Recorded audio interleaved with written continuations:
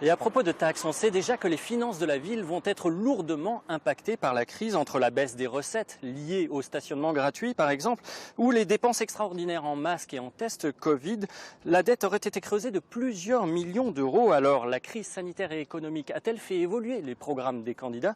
Élément de réponse avec Benoît Lotte, Yannick Fournigaud et Laurence Buise.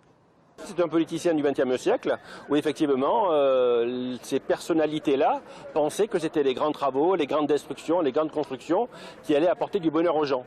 Force est de constater que ça a amené la ruine de la ville, la plus mauvaise gestion de France dans les grandes villes françaises, et il n'y a certainement pas des solutions au niçois.